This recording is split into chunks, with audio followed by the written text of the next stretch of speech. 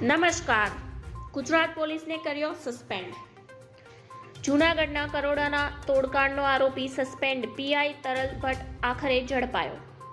Gujarat ATS દ્વારા ગઈકાલે આરોપીઓ પીઆર તરલ ભટ્ટના અમદાવાદ સ્થિત ઘરે દરોડા પાડવામાં આવ્યા હતા. તોડકાંડમાં તરલ ભટ્ટ સહિત અન્ય આરોપીઓને પકડવા એટીએસની ટીમે કામ લાગી છે, જેમાં તરલ ભટ્ટને પકડવામાં સફળતા મળી ગઈ છે.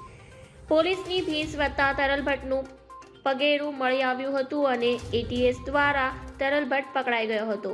એટીએસ અન્ય બે આરોપીઓ સુધી પહોંચવા પણ પ્રયાસ કરી રહી છે. હાલ તરલ ભટ્ટની પૂછપરછ શરૂ કરાઈ છે.